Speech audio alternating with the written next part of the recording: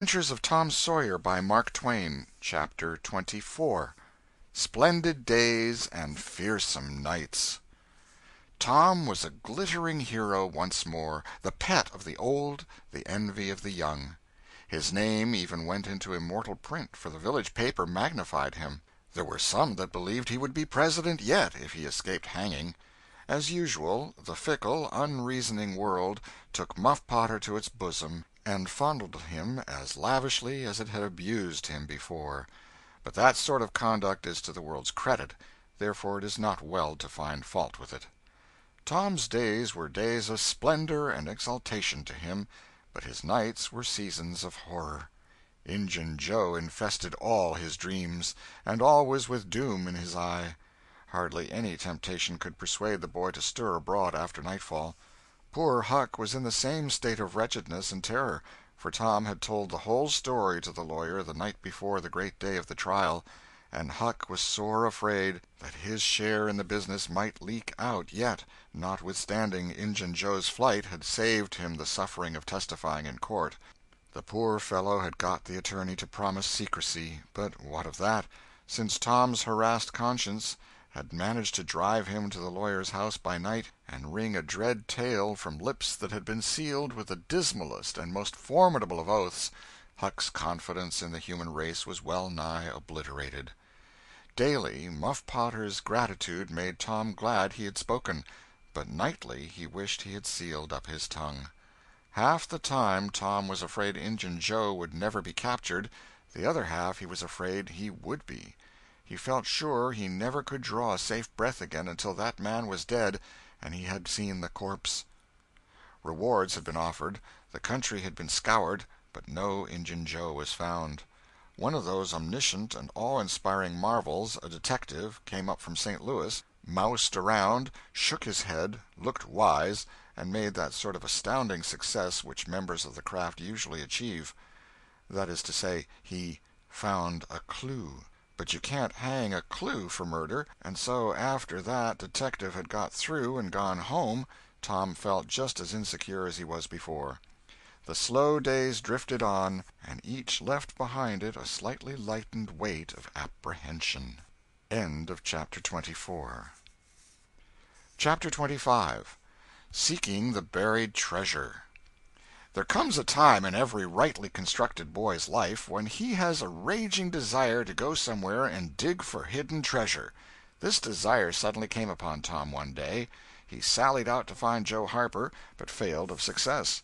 Next he sought Ben Rogers. He had gone fishing. Presently he stumbled upon Huck Finn, the red-handed. Huck would answer. Tom took him to a private place and opened the matter to him confidentially. Huck was willing. Huck was always willing to take a hand in any enterprise that offered entertainment and required no capital, for he had a troublesome superabundance of that sort of time which is not money. "Where'll we dig?" said Huck. "Oh, most anywhere." "Why, is it hid all round?" "No, indeed it ain't. It's hid in mighty particular places, Huck. Sometimes on islands, sometimes in rotten chests under the end of a limb of an old dead tree, just where the shadow falls at midnight, but mostly under the floor in haunted houses." "Who hides it?" "Why, robbers, of course. Who'd you reckon? Sunday-school superintendents?" "I don't know. If 'twas mine I wouldn't hide it. I'd spend it and have a good time." "So would I. But robbers don't do that way. They always hide it and leave it there." "Don't they come after it any more?" "No, they think they will, but they generally forget the marks, or else they die. Anyway, it lays there a long time and gets rusty, and by somebody finds an old yellow paper that tells how to find the marks, a paper that's got to be ciphered over about a week because it's mostly signs and hieroglyphics." "Which?" "Hieroglyphics. Pictures and things, you know, that don't seem to mean anything." "Have you got one of them papers, Tom?" "No." "Well, then, how are you going to find the marks?" "I don't want to find any marks. They always bury it under a haunted house, or on an island, or under a dead tree that's got one limb sticking out. Well, we've tried Jackson's Island a little, and we can try it again sometime. And there's the old haunted house up the Still House branch, and there's lots of dead limb trees, dead loads of 'em." "Is it under all of them?" How you talk! No! Then how you going to know which one to go for? Go for all of them. Why, Tom, it'll take all summer. Well, what of that? Suppose you find a brass pot with $100 in it, all rusty and gay, or a rotten chest full of diamonds. How's that? Huck's eyes glowed. That's bully. Plenty bully enough for me. Just you give me the $100, and I don't want no diamonds. All right, but I bet you I ain't going to throw off on diamonds. Some of 'em's worth $20 apiece. There ain't any hardly but's worth 6 bits or $1. No. Is that so? Certainly. Anybody'd tell you so. Hain't you ever seen one, Huck? Not as I remember. Oh, kings have slathers of them. Well, I don't know no kings, Tom. I reckon you don't. But if you was to go to Europe, you'd see a raft of 'em hopping around. Do they hop? Hop? Your granny. No! Well, what'd you say they did for? Shucks, I only meant you'd see 'em, not hopping, of course. What do they want to hop for? But I mean you'd just see 'em scattered around, in a kind of a general way, like that old humpbacked Richard. Richard? What's his other name? He didn't have any other name. Kings don't have any but a given name. No? But they don't. Well, if they like it, Tom, all right, but I don't want to be a king and have only just a given name like a nigger. But say, where are you going to dig first? Well, I don't know. Suppose we tackle that old dead limb tree on the hill t'other side of Stillhouse Branch. I'm agreed. So they got a crippled pick and a shovel and set out on their 3-mile tramp. They arrived hot and panting, and threw themselves down in the shade of a neighboring elm to rest and have a smoke. "I like this," said Tom. "So do I. Say, Huck, if we find a treasure here, what you going to do with your share?" "Well, I'll have pie and a glass of soda every day, and I'll go to every circus that comes along.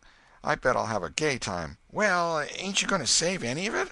"Save it? What for?" "Why, so as to have something to live on by and by." "Oh, that ain't any use. Pap would come back to this yer town some day and get his claws on it if I didn't hurry up, and I tell you he'd clean it out pretty quick. What you going to do with yourn, Tom?" "I'm going to buy a new drum, and a sure enough sword, and a red necktie and a bull pup, and get married." "Married?" "That's it." "Tom, why, you ain't in your right mind." "Wait, you'll see." "Well, that's the foolishest thing you could do. Look at Pap and my mother. Fight! Why, they used to fight all the time. I remember mighty well." "That ain't anything. The girl I'm going to marry won't fight." "Tom, I reckon they're all alike. They'll all comb a body. Now, you better think about this a while. I tell you, you better. What's the name of the gal?" "It ain't a gal at all. It's a girl." "It's all the same, I reckon. Some says gal, some says girl. Both's right, like enough. Anyway, what's her name, Tom?" "I'll tell you sometime. Not now." "All right, that'll do. Only if you get married I'll be more lonesomer than ever." "No, you won't. You'll come and live with me. Now, stir out of this, and we'll go to digging." They worked and sweated for half an hour. No result. They toiled another half hour. Still no result. Huck said, "Do they always bury it as deep as this?" "Sometimes. Not always. Not generally. I reckon we haven't got the right place." So they chose a new spot and began again. The labor dragged a little, but still they made progress. They pegged away in silence for some time. Finally Huck leaned on his shovel, swabbed the beaded drops from his brow with his sleeve, and said, "Where are you going to dig next, after we get this one?" "I reckon maybe we'll tackle the old tree that's over yonder on Cardiff Hill, back of the widow's." "I reckon that'll be a good one. But won't the widow take it away from us, Tom? It's on her land." "She take it away? Maybe she'd like to try it once. Whoever finds one of these hid treasures, it belongs to him. It don't make any difference whose land it's on." That was satisfactory. The work went on. By and by Huck said, "Blame it, we must be in the wrong place again. What do you think?" "It is mighty curious, Huck. I don't understand it. Sometimes witches interfere. I reckon maybe that's what's the trouble now." "Shucks, witches ain't got no power in the daytime." "Well, that's so. I didn't think of that. Oh, I know what the matter is. What a blamed lot of fools we are. You got to find out where the shadow of the limb falls at midnight, and that's where you dig. Then, consound it, we fooled away all this work for nothing. Now, hang it all, we've got to come back in the night. It's an awful long way. Can you get out?" "I bet I will. We've got to do it tonight, too, because if somebody sees these holes they'll know in a minute what's here, and they'll go for it." "Well, I'll come around and mow tonight." "All right. Let's hide the tools in the bushes." The boys were there that night about the appointed time. They sat in the shadow, waiting. It was a lonely place, and an hour made solemn by old traditions.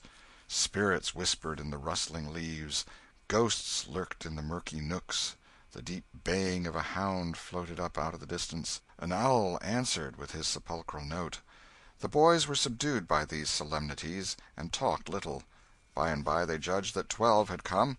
They marked where the shadow fell, and began to dig. Their hopes commenced to rise. Their interest grew stronger, and their industry kept pace with it. The hole deepened and still deepened, but every time their hearts jumped to hear the pick strike upon something, they only suffered a new disappointment. It was only a stone or a chunk. At last Tom said, "It ain't no use, Huck. We're wrong again." "Well, but we can't be wrong. We spotted the shatter to a dot." "I know it, but then there's another thing." "What's that?" "Why, we only guessed at the time. Like enough it was too late or too early." Huck dropped his shovel. "That's it," he said. "That's the very trouble. We got to give this one up. We can't ever tell the right time. And besides, this kind of thing's too awful, here this time of night with witches and ghosts a-fluttering around so. I feel as if something's behind me all the time, and I'm afeard to turn around because maybe there's others in front a-waiting for a chance. I've been creeping all over ever since I got here." "Well, I've been pretty much so, too, Huck. They most always put in a dead man when they bury a treasure under a tree, to look out for it." "Lordy!" "Yes, they do. I've always heard that. Tom, I don't like to fool around much where there's dead people.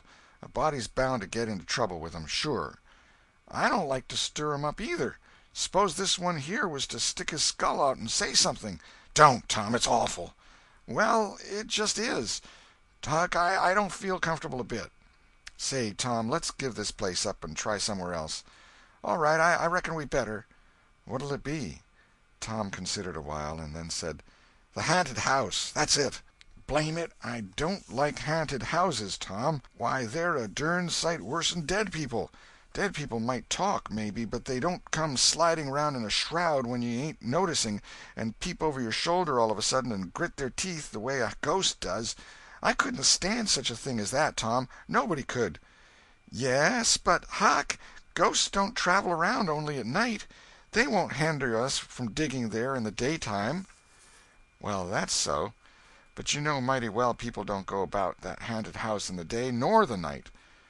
"Well, that's mostly because they don't like to go where a man's been murdered, anyway. But nothing's ever been seen around that house except in the night.